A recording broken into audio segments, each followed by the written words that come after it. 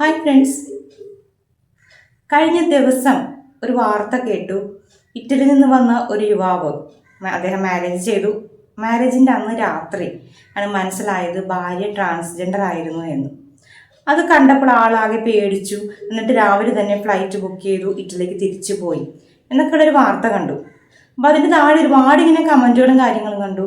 അവർ പാവം യുവാവിൻ്റെ ജീവിതം തകർത്തു. ഭാര്യയുടെ വീട്ടുകാർക്ക് സത്യം അറിയായിരുന്നു, പക്ഷെ അവരതെല്ലാം മറച്ചു വെച്ച് ഈ ഒരു മാരേജ് നടത്തി. വിവാഹത്തിൻ്റെ അന്ന് രാത്രിയാണ് ചെറുക്കൻ സത്യങ്ങളെല്ലാം മനസ്സിലാക്കിയത് എന്നൊക്കെ പറഞ്ഞുകൊണ്ട് വാർത്ത കണ്ടപ്പോൾ വീഡിയോ ചെയ്യണമെന്ന് വിചാരിച്ചു. പക്ഷെ ഇതിൻ്റെ പിന്നിലുള്ള കുറേ സത്യങ്ങൾ അതായത് നമ്മൾ എന്തെങ്കിലും ഒരു വാർത്ത കേട്ടു എന്ന് പറഞ്ഞുകൊണ്ട് വീഡിയോ ചെയ്യുന്നതിന് അർത്ഥമില്ലല്ലോ. അതുകൊണ്ട് തന്നെ ഞാനത് ചെയ്തില്ല. 2 ദിവസമായി ഒരു സംഭവം പല ആൾക്കാരും നിങ്ങൾ അറിഞ്ഞിട്ടുണ്ടാവും.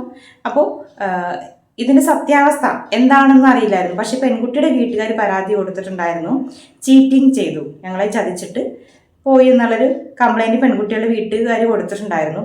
അപ്പോൾ ഇങ്ങനെ അന്വേഷിച്ചപ്പോഴാണ് അറിയാൻ കഴിഞ്ഞത്. നമ്മൾ കുറേ വോയിസും കേട്ടായിരുന്നു. അതായത് പല വോയിസിലും പറയുന്നത് ഈ പെൺകുട്ടി ട്രാൻസ്ജെൻഡർ ആണെന്ന് ചെറുക്കൻ്റെ വീട്ടുകാർ പറഞ്ഞു. ചെറുക്കൻ രാത്രി ഈ വിവാഹമെല്ലാം കഴിഞ്ഞ് രാത്രി ബെഡ്റൂമിലേക്ക് കയറി ചെന്നപ്പോൾ ഒരു പാൻറ് മാത്രം ഇട്ടുകൊണ്ട് ഈ പെൺകുട്ടിയെ കണ്ടു. അപ്പോഴാണ് മനസ്സിലായത് ട്രാൻസ്ജെൻഡർ ആണെന്ന്.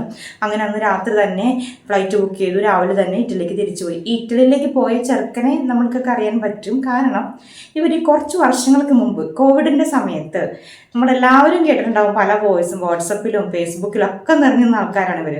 അതായത് ഇറ്റലിയിൽ നിന്ന് വന്ന ഫാമിലി കോവിഡ് പരത്തി എന്നൊക്കെ പറഞ്ഞിട്ടുള്ളൊരു വാർത്ത നിങ്ങൾ കേട്ടിട്ടുണ്ടാവും. അപ്പോൾ ഈ പറയുന്ന കക്ഷിയാണ് ആ ഒരാൾ. അതൊക്കെ കഴിഞ്ഞ കാര്യങ്ങളാണ്, ഞാൻ ജസ്റ്റ് പറഞ്ഞു എന്നുള്ളൂ. അങ്ങനെ ഇറ്റലിയിൽ നിന്ന് വന്നന്ന് കോവിഡ് പരത്തി ഫേമസ് ആയ ഈ ആളുകൾ തന്നെയാണ് ഇപ്പോൾ ഈ ഒരു കല്യാണ കേസിലും ഫേമസ് ആയിരിക്കുന്നത്. പറയാതിരിക്കാൻ വയ്യ, കാരണം നമ്മൾ കേട്ടതൊന്നുമല്ലായിരുന്നു സത്യം. അവർ പറഞ്ഞതനുസരിച്ച് പെൺകുട്ടിയുടെ വീട്ടുകാർ ചതിച്ചു. അതുകൊണ്ട് തന്നെ ഞാൻ കല്യാണത്തിന് കെട്ടിയ മാലയൊക്കെ ഉണ്ടായിരുന്നു, അപ്പോൾ അതെല്ലാം പെൺകുട്ടിയോട് ചോദിച്ച് വാങ്ങിച്ച് സ്വർണ്ണമായിട്ട് പോയി എന്നാണ് പറഞ്ഞത്.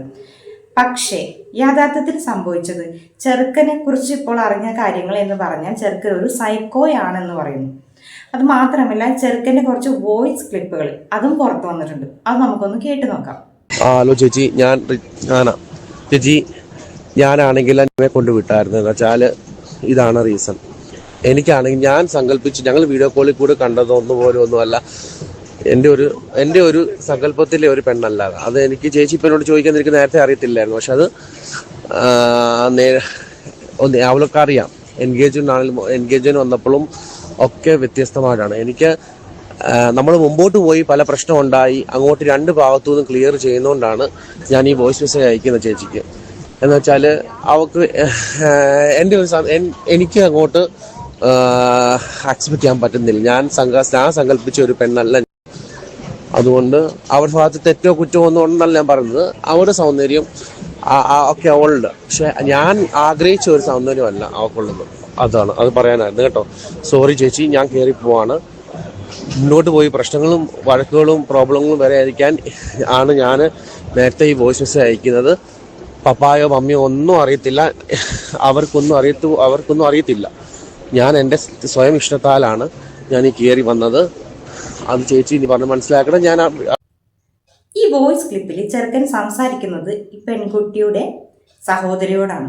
ചേച്ചി ക്ഷമിക്കണം, ഞാൻ എൻ്റെ സ്വപ്നത്തിൽ വിചാരിച്ചാൽ എൻ്റെ സങ്കല്പത്തിലൊരു പെൺകുട്ടി ആയിരുന്നില്ല ഇത്. പക്ഷെ എവിടെയും പറയുന്നില്ല ഈ പെൺകുട്ടി ട്രാൻസ്ജെൻഡർ ആണെന്ന്.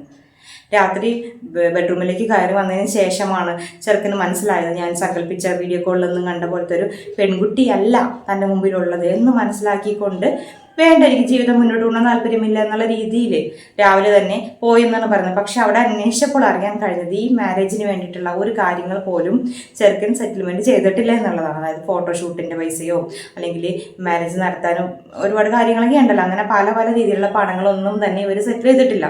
ഇവർ വന്ന് കല്യാണം കഴിച്ചു, പിറ്റേ ദിവസം തന്നെ ചെറുക്കൻ പോവുകയാണ്.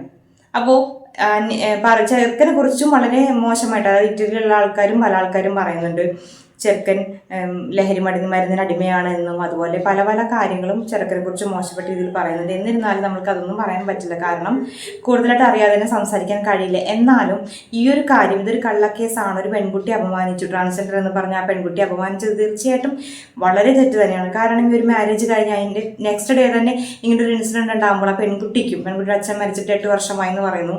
അമ്മയും മകളുമാണുള്ളത്. അതുമല്ല ആ കുട്ടി ദുബായിൽ ജോലി ചെയ്തിരുന്ന ഒരു പെൺകുട്ടിയാണ്. അപ്പോൾ ആ കുട്ടി, ആ പെൺകുട്ടിക്ക് എത്രമാത്രം നാണക്കേടും അപമാനവും ഉണ്ടായിട്ടുണ്ടാവും ഈ ഒരു വാർത്ത. ഈ 2 ദിവസമെങ്കിൽ 2 ദിവസം ഈ പെൺകുട്ടിയുടെ തെറ്റുകൊണ്ടാണ്, പെൺകുട്ടി ഇങ്ങനെയാണ് എന്ന് പറഞ്ഞുകൊണ്ട് ആണ് ചെറുക്കൻ രക്ഷപ്പെട്ടതെന്നൊക്കെ പറയുമ്പോൾ ഒരുപാട് ആൾക്കാർ കമൻറ്റുകളൊക്കെ വായിച്ചപ്പോൾ ശരിക്കും ഞാൻ വിചാരിച്ചു, അയ്യോ എത്ര സപ്പോർട്ടാണ്. അതായത് ചെറുക്കന് ശരിയാണല്ലോ കേൾക്കുമ്പോൾ, പെൺകുട്ടി ചതിച്ചു, പെൺകുട്ടിയുടെ വീട്ടുകാർ ചതിച്ചു, ഇങ്ങനെയാണെന്ന് അറിയാണ്ട് മാരേജ് ചെയ്ത ഒരു ചെറുക്കനെ ചതിയിൽ വീഴ്ത്തി, ചെറുക്കൻ രക്ഷപ്പെട്ടു. നോർമലി എല്ലാവരും ചെറുക്കനെ സപ്പോർട്ട് ചെയ്തുകൊണ്ടാണ് ഒരുപാട് കമൻറ്റുകൾ കണ്ടത്. ചെറുക്കൻ പാവമാണ്, പാവം രക്ഷപ്പെട്ടു, എന്നാൽ ഇങ്ങനെ ചെയ്യരുത്, അങ്ങനെയാണ് ഇങ്ങനെയാണ്, പെൺകുട്ടിക്കെതിരെ കേസ് കൊടുക്കണം, പെൺകുട്ടിയുടെ മുഖം എന്ന് വെളിപ്പെടുത്തണം, അവളുടെ മുഖം പുറത്ത് കൊണ്ടുവരണം, എന്തിനാണ് ചെറുക്കൻ്റെ ഫേസ് മാത്രം പുറത്തെടുത്ത്, അങ്ങനെ പറഞ്ഞ ഒരുപാട് കമൻറ്റുകൾ, ഇഷ്ടംമാരെ കമൻറ്റുകൾ ഞാൻ കണ്ടു. ഒരുപാട് വീഡിയോസിനും അതുപോലെ ഒരുപാട് പോസ്റ്റിനൊക്കെ താഴെ ഇങ്ങനെ കമൻറ്റുകൾ കണ്ടു. പക്ഷെ അങ്ങനെ കമൻറ്റ് ഇട്ട ആൾക്കാർക്കുള്ളൊരു മറുപടിയാണ്, നമ്മൾ സത്യം അറിയാതെ നമുക്കൊന്നും കമൻറ്റ് ഇടാൻ പാടില്ല. ഞാനും അതുകൊണ്ട് തന്നെയാണ് വീഡിയോ ചെയ്യാതിരുന്നത്. കാരണം അതങ്ങനെ കണ്ടു എന്ന് പറഞ്ഞുകൊണ്ട് അപ്പം തന്നെ ചാടി വീഡിയോ ചെയ്യുന്നത് ശരിയായിട്ട് തോന്നിയില്ല. അപ്പോൾ ഇതാണ് ഇതിൻ്റെ ഒരു സത്യം. ചെറുക്കൻ്റെ പേരിൽ ഇപ്പോൾ കേസ് കൊടുത്തിട്ടുണ്ടെന്ന് മാത്രമല്ല, ഇവരുടെ പള്ളിയിലുള്ള ആൾക്കാരെല്ലാം ഇടപെട്ട് കൊണ്ട് തന്നെ അതിനൊരു തീരുമാനം ഉണ്ടാക്കുമെന്ന് വിചാരിക്കുന്നു. പക്ഷേ പറയാനുള്ളൊരു കാര്യം, നമ്മൾ മാരേജിന് മുമ്പ് ഇവർ ഒരുപാട് ഫോട്ടോഷൂട്ട് നടത്തിയിട്ടുണ്ട്, മനസ്സമ്മതം നടത്തിയിട്ടുണ്ട്, കല്യാണത്തിന് കണ്ടു. ഇതൊന്നും കണ്ടിട്ടും ചെറുക്കന് പെൺകുട്ടിയെ അന്ന് രാത്രി കണ്ടപ്പോൾ സങ്കല്പത്തിലെ ഭാര്യയല്ല എന്ന് അന്ന് രാത്രിയാണ് മനസ്സിലായത് എന്നൊക്കെ പറയുമ്പോൾ വളരെ എന്താ പറയുക, അതൊരു ശരിയായ ഒരു കാര്യമല്ല. പിന്നെ എനിക്കത് പറയാൻ ബുദ്ധിമുട്ടുണ്ട്. പക്ഷേ ഞാൻ പറയുകയാണ്, നമ്മൾക്ക് സങ്കല്പത്തിലെ എന്നൊക്കെ പറയുമ്പോൾ നമ്മൾ ഒരാളെ കാണുമ്പോൾ തന്നെ നമുക്ക് ഏകദേശം അവരെക്കുറിച്ചുള്ള കാര്യങ്ങളൊക്കെ മനസ്സിലായി. ഒരു വീഡിയോ കോൾ ഒരുപാട് ചെയ്തിട്ടുണ്ട്, ഒരുപാട് സംസാരിച്ചിട്ടുണ്ട്. അന്നൊന്നും ചെറുക്കനൊരു പ്രശ്നവുമില്ലായിരുന്നു. അപ്പോൾ ഇത് ശരിക്കും പറഞ്ഞാൽ കെട്ടിച്ചമച്ചൊരു കഥയായിട്ടാണ് എനിക്ക് തോന്നുന്നത്. അത് മാത്രമല്ല, ഇതൊരു പ്രീ പ്ലാൻഡ് ആയിട്ട് ടിക്കറ്റൊക്കെ എടുത്ത്, ടിക്കറ്റ് ഇപ്പോൾ ആർക്ക് വേണമെങ്കിലും എടുക്കാം, അതെനിക്കറിയാവുന്നതാണ്. നമുക്ക് വിസയും കാര്യങ്ങളൊക്കെ ഉണ്ടെങ്കിൽ ഏത് നിമിഷം വേണമെങ്കിലും ആർക്കും ടിക്കറ്റ് എടുക്കാൻ പോവാം, അതൊക്കെ സത്യമാണ്. പക്ഷെ അറിഞ്ഞു എന്നാൽ വീട്ടുകാരായിട്ട് അങ്ങനെ ചെറുക്കൻ വീട്ടുകാരായിട്ടൊന്നും സംസാരിക്കുക ഒന്നും ചെയ്യാതെ നെക്സ്റ്റ് ഡേ രാവിലെ തന്നെ ടിക്കറ്റ് എടുത്ത് പോകുന്നു. അതൊക്കെ കേൾക്കുമ്പോൾ വളരെയധികം ഇത് കരുതിക്കൂട്ടി ചെയ്തതാണോ എന്ന് പോലും നമുക്ക് സംശയം തോന്നിപ്പോവുകയാണ്. എന്താണെങ്കിലും ശരി, ആ കുട്ടിക്കും ആ പെൺകുട്ടിയുടെ വീട്ടുകാർക്കും ഇത് സഹിക്കാനുള്ളൊരു മനക്കരുത്ത്, ശക്തി കൊടുക്കട്ടെ. അതുപോലെ ആർക്കും ഇങ്ങനെ ഉണ്ടാവരുത്. പിന്നെ ഒരു കാര്യം പറയാനുള്ള, ഒരു പക്ഷേ ആ പെൺകുട്ടി വലിയൊരു കെണിയിൽ നിന്ന് രക്ഷപ്പെട്ടു എന്നാണ് എനിക്ക് തോന്നുന്നത്. കാരണം ഇതുപോലുള്ള ആൾക്കാരുടെ കയ്യിൽ കിട്ടിയാൽ പല ചിലപ്പോൾ നിർബന്ധിച്ച് എല്ലാവരും കൂടി പറഞ്ഞ് നിർബന്ധിച്ച് ഇനി ഈ ബന്ധം തുടർന്നുകൊണ്ട് പോയാലും ആ പെൺകുട്ടിക്ക് സംഭവിക്കാതിരിക്കുന്നത് ചിലപ്പോൾ ഇതിലും വലിയ കാര്യങ്ങളായിരിക്കും. അപ്പം അതുകൊണ്ട് തന്നെ ആ പെൺകുട്ടിക്ക് ആയുസ് കൂടുതലാണെന്ന് എനിക്ക് തോന്നുന്നു. അതുകൊണ്ടായിരിക്കും ഇതുപോലുള്ളൊരു സൈക്കോയിൻ്റെ കയ്യിൽ നിന്ന് ആ പെൺകുട്ടി രക്ഷപ്പെട്ടത്.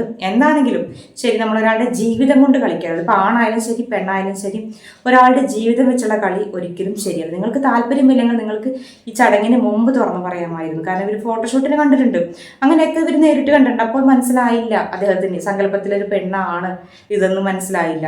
വളരെ വിഷമകരമായ ഒരു കാര്യം തന്നെയാണ്. ഒരുപാട് ആ പെൺകുട്ടിക്കും ആ വീട്ടുകാർക്കും ഒരുപാട് പരിഹാസവും അപമാനമൊക്കെ ആയിട്ടുണ്ട്. പക്ഷേ കാര്യങ്ങളെ നല്ല രീതിയിൽ കാണുന്ന ആൾക്കാർക്ക് ഒരിക്കലും അവരെ കളിയാക്കാനോ പരിഹസിക്കാനോ ഒന്നും പറ്റില്ല എന്ന് ഞാൻ വിശ്വസിക്കുന്നു. എന്താണെങ്കിലും ശരി, ആർക്കും ഇങ്ങനൊരു അവസ്ഥ ഉണ്ടാവാതിരിക്കട്ടെ. Thank you so much.